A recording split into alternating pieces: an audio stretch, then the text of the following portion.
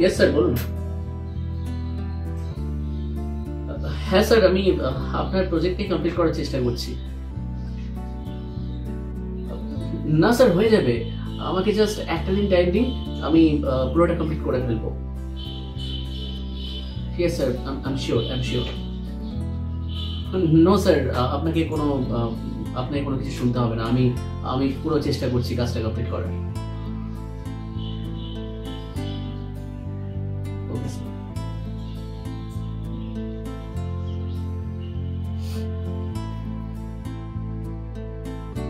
জানো, আমার মাঝে মাঝে মনে হয় আমরা যদি এই শহরটা ছেড়ে দিয়ে কোনো একটা পাহাড়ের কোলে গিয়ে একটা ছোট্ট বাড়ি করে থাকতাম, তাহলে দারুণ হতো, বলো?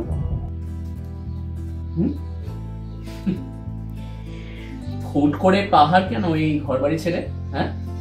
হ্যাঁ, যেখানে কোনো অফিসের টেনশন থাকবে না, ডেডলাইনের প্রেশার থাকবে না, শুধু আমি আর তুমি, আর পাহাড়ের শান্ত পরিবেশ আর একদম ফ্রেশ হাওয়া, আর সেই হাওয়ায় থাকবে আমার আর তোমার গল্পগুলো। ভালো হতো না বলো? আর খাবার? পাহাড়ের গায়ে কি আমরা মোমোর দোকান খুলবো? আর এই যে তুমি ফোন ঘেটে ফেসবুক ইনস্টাগ্রাম করছো, ওখানে তো কিছুই করতে পারবে না, কারণ ওখানে কোনো ইন্টারনেট নেই। তখন কি হবে? তো তুমি সবকিছুতেই বড্ড প্র্যাকটিক্যালি ভাবো, একটু স্বপ্ন নিয়ে বাঁচতে পারো না? আমি তো সব সময় স্বপ্ন দেখি। স্বপ্ন দেখতে কার না ভালো লাগে? আর আমার স্বপ্ন জুড়ে তো শুধু তুমি, এই ঘর, এই সংসার, সবকিছু তো তোমাকে ঘিরে। তুমি সবকিছুকেই কেমন সুন্দর করে সাজিয়ে মানিয়ে নিতে পারো না নিজের মতন করে। That's a very good quality, I am impressed. বুঝতে পেরেছি, ম্যাডামের পাহাড়ে ঘুরতে যাওয়ার ইচ্ছে হয়েছে। কে, তাই তো? আরে বাবা, হবে। এই প্রজেক্টটা কমপ্লিট করে ফেলি, বসকে খুশি করে দিই, তারপর একটা লম্বা ছুটি নেবো। আর তাছাড়া তোমার তো সামনেই বার্থডে। বার্থডের আগের দিনকে যদি আমরা পাহাড়ের উদ্দেশ্যে রওনা দিই, তাহলে কেমন হবে? আর তাছাড়া বউকে ইমপ্রেস তো বড়েরাই করবে, এটাই তোমার কাজ। আমি যা কিছু করছি সব তো তোমার জন্যই, এটুকু তো ভরসা আমার উপর আছে।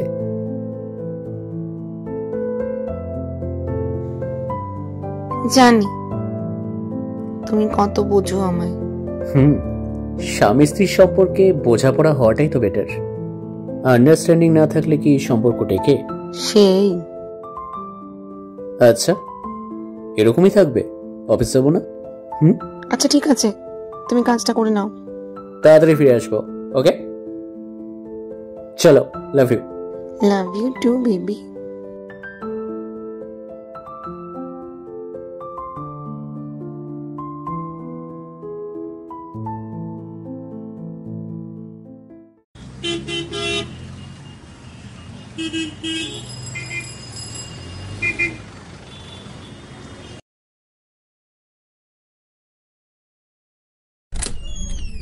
May I come in, sir? Yes, come in. Any sir, Gupta এন্টারপ্রাইজের ফাইলটা কমপ্লিট হয়ে গেছে।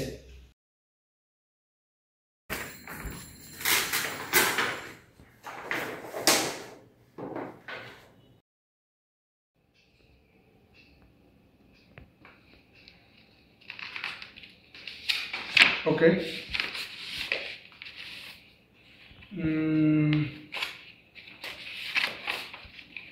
Okay.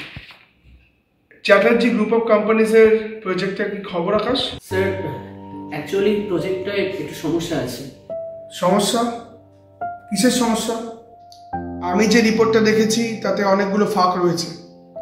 তাছাড়া প্রজেক্ট শুরু হওয়ার আগে আমরা পুঙ্খানুপুঙ্খভাবে তো আলোচনা করেছিলাম আকাশ, কিন্তু তারপরেও কেন এমন ফল্ট? ডেডলাইন মিস হয়েছে, ক্লায়েন্টের ফিডব্যাক কিন্তু খুব একটা ভালো নয়, এবং সব থেকে বড় কথা হলো আমাদের কিন্তু রেপুটেশন খারাপ হচ্ছে। স্যার, আমি দুঃখিত, কিন্তু আমি আমার সেরাটা দেওয়ার চেষ্টা করেছি। টিমের মধ্যে কোঅর্ডিনেশনে কিছু প্রবলেম ছিল। চেষ্টা করেছি, বাট টিমের অভাব। এই অজুহাতগুলো কিন্তু এখানে চলবে না আকাশ।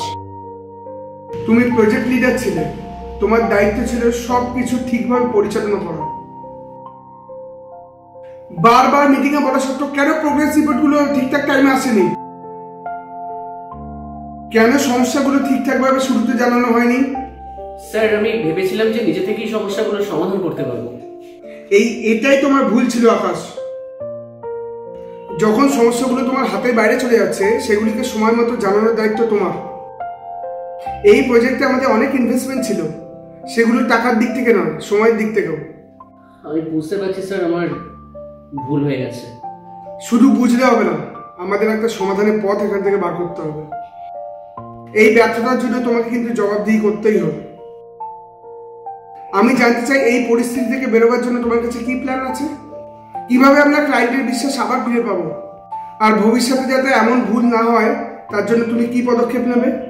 স্যার, আমি এখনই একটা রিপোর্ট তৈরি করব, যেখানে প্রতিটা সমস্যার মূল কারণ এবং সেগুলো কি করে সমাধান করা যায় তার সমস্ত কিছু বিস্তারিতভাবে থাকবে। আমি প্রতিজ্ঞা করছি যে ভবিষ্যতে আমি আরো সতর্ক থাকব আর প্রতিটা পদক্ষেপ আপনাকে জানিয়ে নেব। ঠিক আছে, আমি তোমার রিপোর্টের কিন্তু অপেক্ষায় থাকবো। তবে মনে রেখো, এবার কিন্তু আর কোনো ছাড় দেওয়া যাবে না। আমাদের কোম্পানি পারফরমেন্সে কিন্তু কোনো আপোষ করে না। Right sir.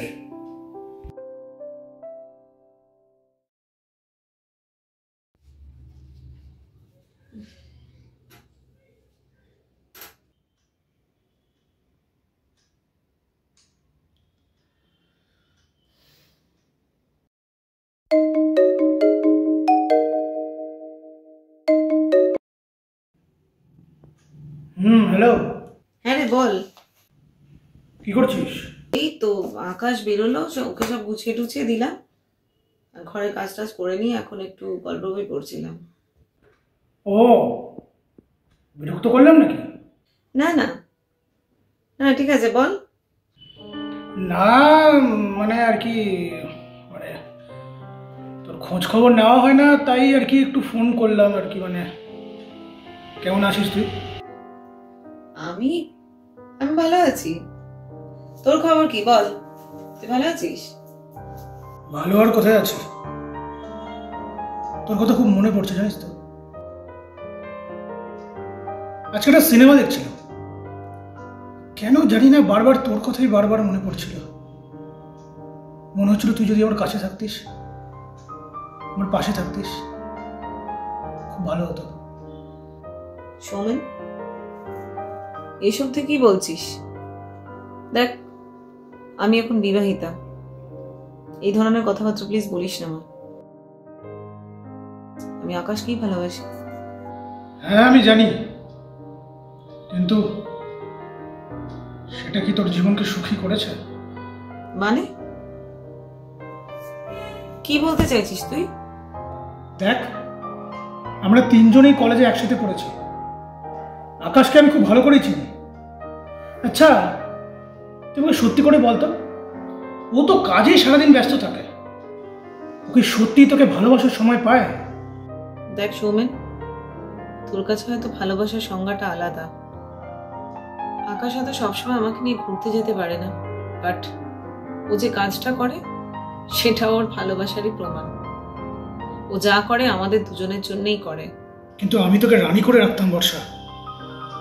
তুই যদি আমাকে ভালোবাসতিস, তাহলে দেখতিস তুই কতটা ভালো থাকতিস আমার কাছে। তুই তুই তুই সব সুখ পেতিস আমার কাছে, পেতিস ভালোবাসা, পেতিস যত্ন। কিন্তু কিন্তু তুই তো সেগুলো ছেড়ে চলে গেলি তুই আকাশের কাছে। সৌমেন শোন, আমি জানি যে তুই আমাকে ওই সময় ভালোবাসতিস বা হয়তো এখনো ভালোবাসিস, কিন্তু আমার ভালোবাসাটা সবসময় আকাশের জন্যই ছিল আর সেটাই থাকবে। আমি আকাশকে ভালোবেসেছি ওর সবটুকু নিয়ে, আর ও আমাকে নিজের মতন করে ঠিকই ভালোবেসেছে। দেখ, ভালোবাসা মানে সবসময় ঘুরে বেড়ানো, রেস্টুরেন্টে খেতে যাওয়া, এগুলোই কিন্তু নয়। দামি দামি গিফটস, এগুলোই কিন্তু শুধু ভালোবাসার মানে বোঝায় না রে।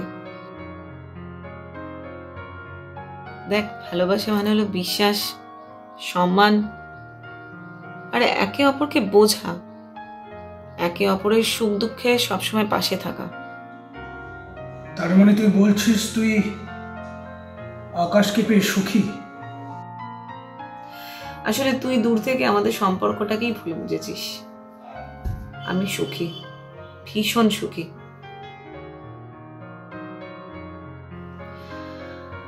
দেখ, আকাশ হয়তো সবসময় আমার সঙ্গে সঙ্গে ঘুরতে পারে না, হয়তো সবসময় আগে গিফট দিতে পারে না, কিন্তু পিলারের মতন সবসময় আমার পাশে আছে সাপোর্ট দেবার জন্য।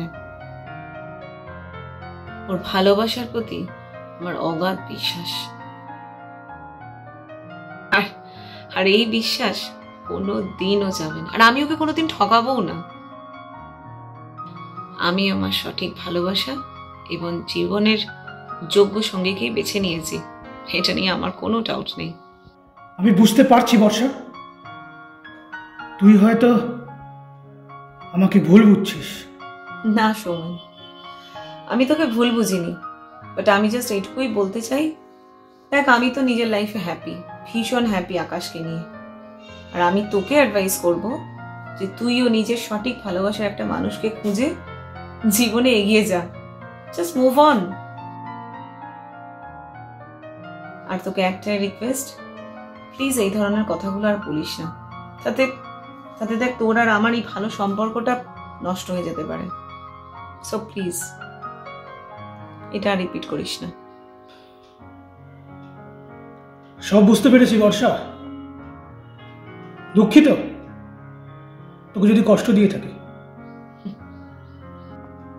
ক্ষমা করে দিস, কিছু মনে করিস না, ভালো থাকিস। তুইও ভালো থাকিস সৌমেন, আমাদের আবার কথা হবে। রাখলাম রে, বাই। রাখছি।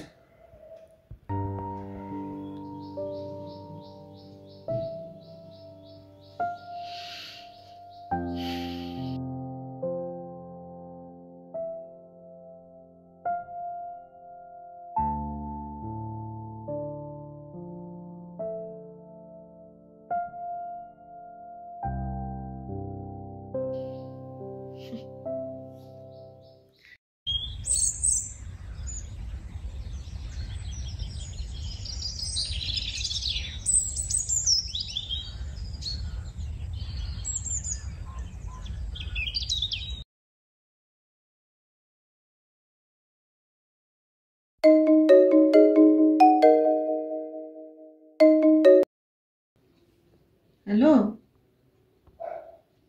হ্যাঁ বল রে। আজকে না না, আজকে আর বেরোবো না। আরে না, আকাশের তো ফিরতে দেরি আছে। আরে ও 8:30টায় ফেরে। না না, কিন্তু ও যদি একটু তাড়াতাড়ি ফিরে যায় তো চাবি নিয়ে যায়নি বল। না, কোথায় দাঁড়িয়ে থাকবে? আমি লক করে চলে গেলে কি করে হবে? না রে না রে, আর ও তাছাড়া আগে একটু ফিরলে আমরা হয়তো বেরোতেও পারি। হ্যাঁ হ্যাঁ হ্যাঁ, নেক্সট উইকে একদিন প্ল্যান কর আগে থেকে, ওকে আমি বলে রাখবো। হ্যাঁ হ্যাঁ হ্যাঁ রে, খবর এমনি সব ঠিক আছে। হ্যাঁ শিওর, আজকে যা হবে না রে, আজকে ফালতু বলে লাভ নেই, আজকে হবে না। না না, ও হঠাৎ করে তাড়াতাড়ি ফিরে এলে ও মুশকিল হয়ে যাবে। সারাদিন কাজ করে এসে বাইরে দাঁড়িয়ে থাকতে হলে বাজে ব্যাপার হবে। না, পাশের বাড়িতে ঠিক পছন্দ করে না রে, কত চাবি টাবি দিয়ে, ওটা ঠিক হবে না। আর আমি ওরকম করিও না তো কোনোদিন।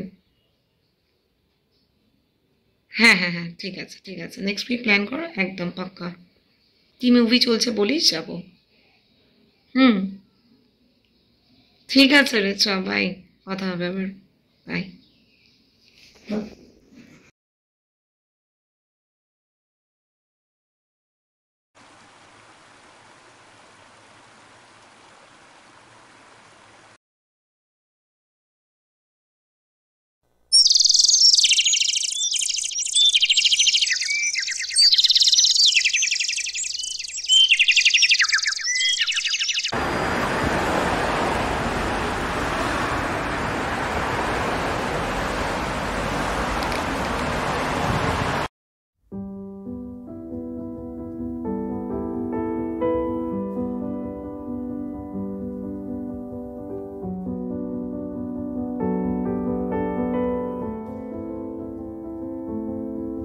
কি ব্যাপার, তুমি এমন অন্ধকার করে শুয়েছিলে যে? এই তুমি কখন এলে? আমি জানতে পারলাম না তো। কিছু হয়েছে? Any problem? এই এসে একেবারে ঘরের মধ্যে ড্রেস ফ্রেস চেঞ্জ করে নিয়ে এভাবে শুয়েছিলে যে, কি হয়েছে? এই কি হয়েছে বলো।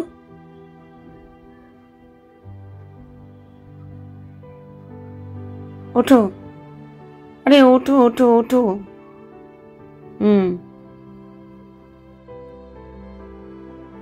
কি গো বলো, কি হয়েছেটা কি? ওই যা হয়, বসকে খুশি করতে পারিনি, একটা প্রজেক্ট টাইমলি জমা দিতে পারিনি। আসলে প্রজেক্টটায় কিছু প্রবলেম ছিল, কোঅর্ডিনেশনের প্রবলেম ছিল। বসকে জানানো দরকার ছিল, কিন্তু আমি জানাইনি, ভেবেছিলাম নিজেই হ্যান্ডেল করতে পারবো। আর এটা নিয়ে যত বিপত্তি, বসের মনে হচ্ছে যে এর জন্য ক্লায়েন্টের কাছে জবাবদিহি করতে হবে, আর সেটা আমাকেই করতে হবে।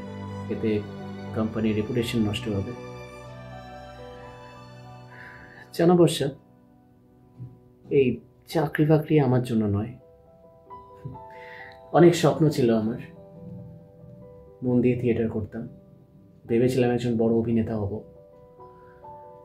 অ্যাক্টিংটা আমার প্যাশন ছিল, কিন্তু বাড়ির চাপে, সংসারের চাপে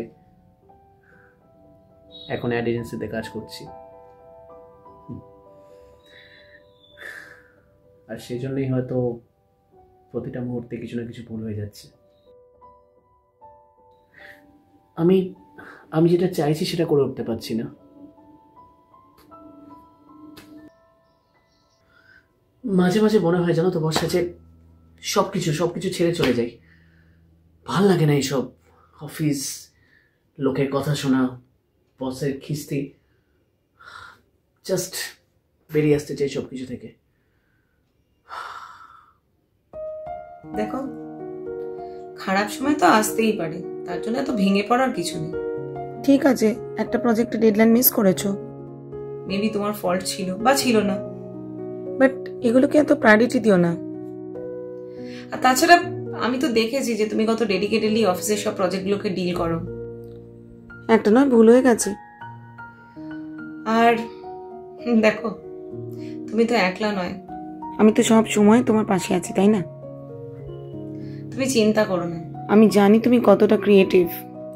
এবং এই অ্যাড এজেন্সিটাই হয়তো তোমার জীবনের একমাত্র বা শেষ নয়। There might be new beginnings. Who knows?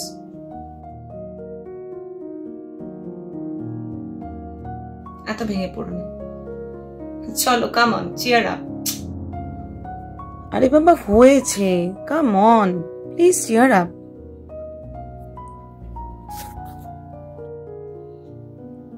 ওকে বাবা, হয়েছে, চলো, আর মন খারাপ করে থেকো না।